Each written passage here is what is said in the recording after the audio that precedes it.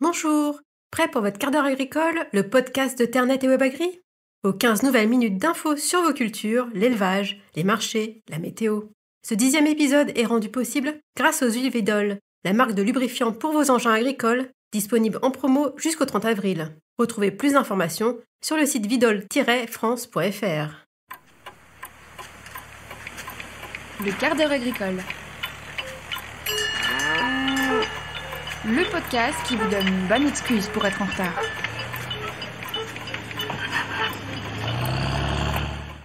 Ce mois-ci, je vous présente les solutions pour financer vos projets, d'installation agricole notamment. Delphine fait le point sur l'indépendance protéique de la France et Arnaud aborde l'autonomie alimentaire des élevages. Pauline enfin, en ce mois de mars, nous en dit plus sur les giboulées. J'ai tel projet sur mon exploitation, mais comment le financer autrement qu'en cassant ma tirelire? C'est la question que se posent beaucoup d'agriculteurs qui ne manquent jamais d'idées pour développer leur activité. Quand on s'installe, elle est encore plus cruciale car les capitaux engagés sont de plus en plus importants. La réussite et la pérennité de l'installation dépendent alors du financement. Si le recours aux banques reste majoritaire, d'autres solutions existent. Ce quart d'heure agricole ne suffirait pas à toutes les détailler.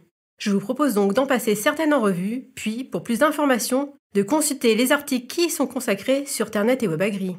Dans le cas d'une cession d'exploitation, peut-on d'abord essayer de limiter le capital à reprendre? Excellente idée Arnaud.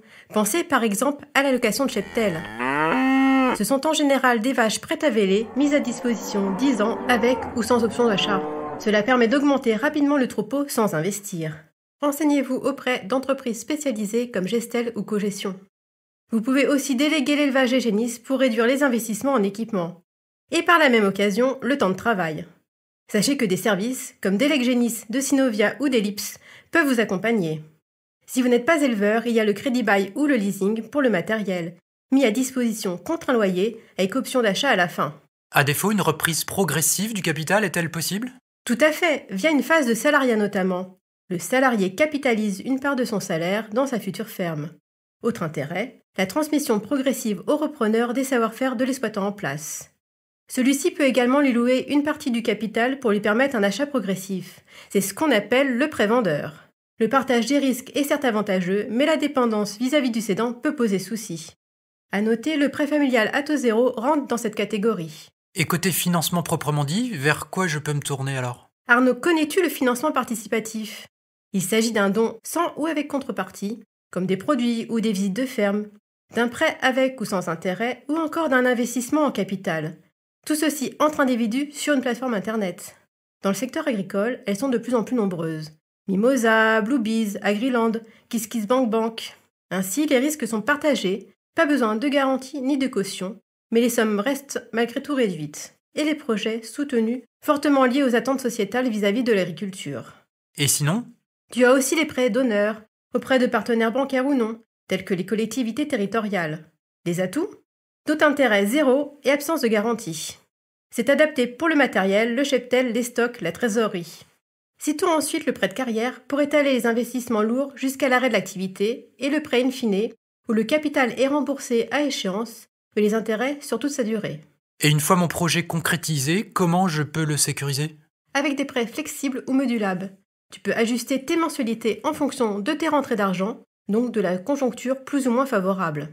Enfin, dans la filière laitière, certaines laiteries ont mis en place des systèmes de sécurisation du prix du lait pour les jeunes installés. Soit un prix minimum garanti, soit une compensation de la recette manquante, lorsque le prix du lait est inférieur au prix minimum ou d'équilibre calculé.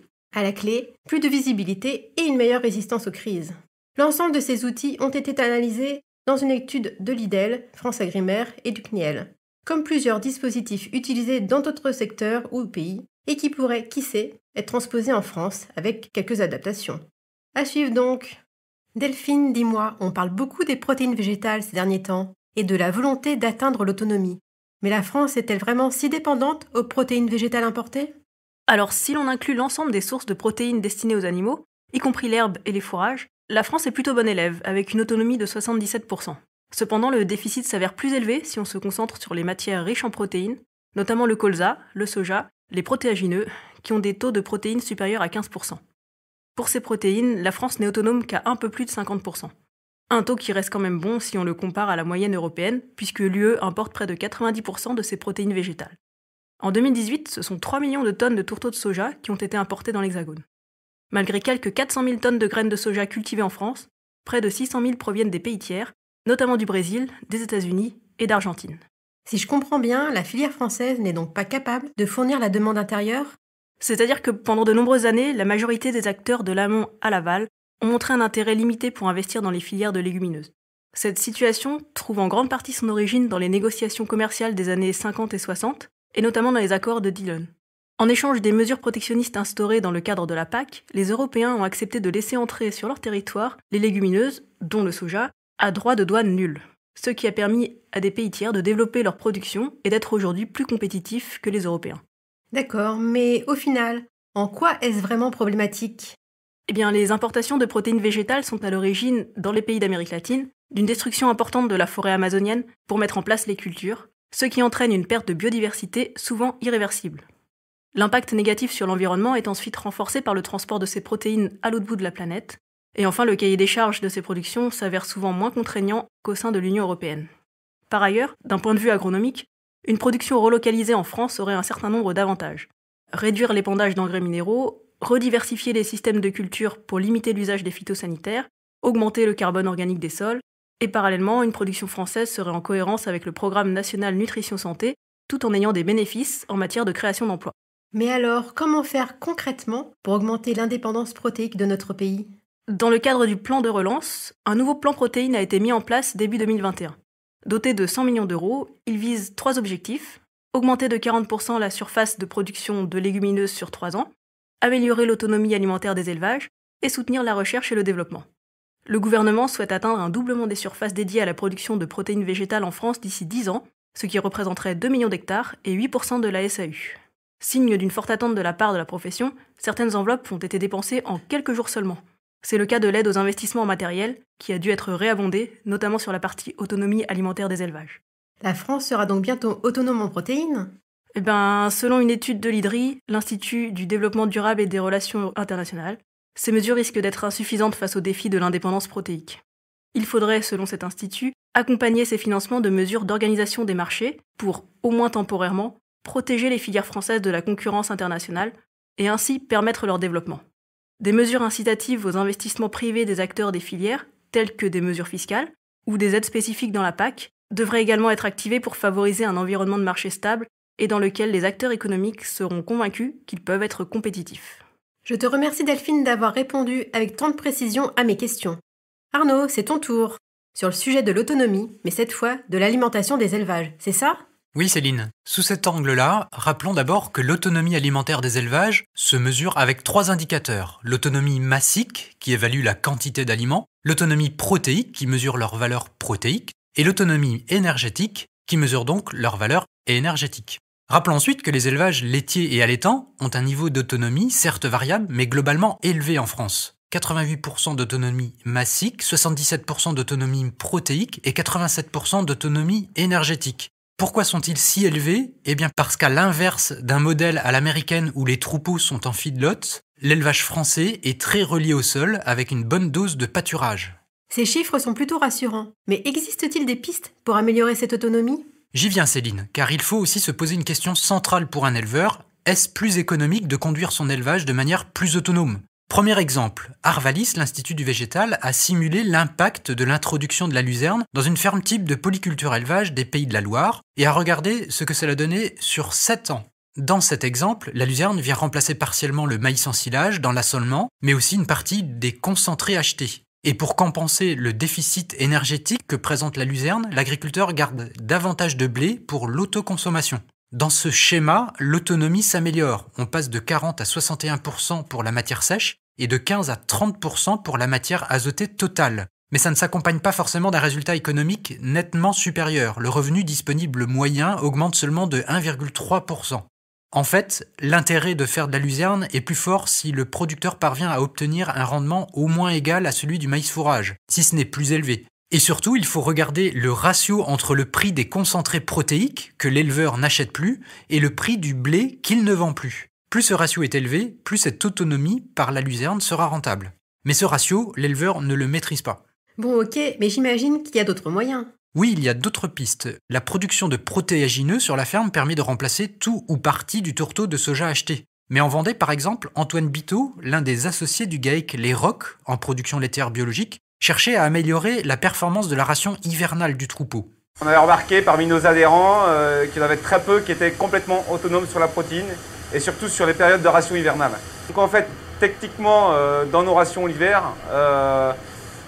globalement la protéine était bien fournie mais pas équilibrée. En fait, en gros, on est sur des rations beaucoup herbagères. En moyenne, on va dire souvent une part de 2/3 d'herbe dans la ration. Et on se retrouve avec des excès d'azote soluble et des carences en azote bypass, en PDIE. Et donc l'idée, on est pas mal à faire nos rations et l'idée nous est venue en voyant sur les tables des rations qu'il existait du pois toasté, de la févrole toastée, des pois extrudés. Et voilà qu'ils ont investi au sein de la Cuma Défi 85 dans un toaster mobile de graines protéagineuses. Alors ça ressemble pas du tout au grille-pain qui trône sur le plan de travail de votre cuisine, mais c'est le même principe, ça chauffe ce qu'on y fait passer dedans. À la sortie, des graines protéagineuses des élevages ressortent à une température de 120 degrés. Mais pourquoi toaster des graines comme on fait griller notre tartine de pain le matin ? Eh bien parce que d'ordinaire, 1 kg de pois cru permet de produire 1,5 kg de lait, mais 1 kg de pois toasté peut faire grimper la production laitière à 3 kg CQFD. Alors, des pistes pour améliorer l'autonomie, il y en a d'autres. Outre les pois, on peut introduire d'autres cultures comme la févrole ou le lupin. Au GAEC des Rivages, en Maine-et-Loire, les éleveurs ont intégré une bonne dose de mélange céréales protéagineux dans leur assolement, ce qui leur a permis de finir l'engraissement des bovins tout au long de l'année sans aucun correcteur azoté. On peut citer aussi Anton Sidler, il est éleveur dans l'Orne et il fait aussi du conseil pour optimiser les rations. En plus du pâturage tournant, il mise sur des métailles ensilées riches en légumineuses, avec l'objectif d'atteindre 18% de matière azotée totale. Des exemples, en fait, il y en a plein, mais il faut rappeler le meilleur conseil qui soit, et c'est Yann Matthew qui le dit, il faut bien étudier l'impact et l'intérêt d'une solution envisagée sur son exploitation d'abord, et surtout, il vaut mieux combiner plusieurs solutions et ne pas mettre tous ses œufs dans le même panier, car en cas d'échec, ça peut faire grimper les coûts en flèche, si on rate la culture par exemple, et si finalement on est obligé de racheter de l'aliment. Gagner en autonomie, c'est d'autant plus intéressant s'il y a une carotte au bout. C'est le cas dans certaines filières certifiées non OGM qui offrent une plus-value sur le prix de vente. Merci Arnaud pour ces explications. C'est l'heure de la météo avec Pauline. Quel phénomène vas-tu nous expliquer aujourd'hui ? Bonjour Céline. Aujourd'hui, on va parler de ça. Déjà, on n'était pas bien en forme, hein. Là-dessus, on attend quoi ? 3 semaines ? Même pas 3 semaines, même pas. Et patatrac, les giboulées. Eh oui, patatrac les giboulées. Alors les giboulées de mars, qu'est-ce que c'est ? Selon Météo France, ce sont de brèves averses, souvent accompagnées de vents au cours desquels grêlons, flocons de neige, granules de glace ou encore neige fondante se mêlent à la pluie. Ce phénomène est dû à l'instabilité de l'atmosphère. À la fin de l'hiver, le froid persiste en altitude alors que les basses couches de l'atmosphère se réchauffent tout doucement. Lorsque l'écart de température entre ces deux couches devient suffisamment important, de puissants courants ascendants forment des nuages instables. C'est ce qui donne naissance aux giboulées. D'accord, mais comment se forment ces giboulées ? En fait, c'est une histoire de nuages. Les nuages générateurs de giboulées sont des nuages instables et très développés verticalement, de type cumulus congestus et cumulonimbus. D'autres cumulus plus petits, en cours de développement, sont également présents dans le ciel.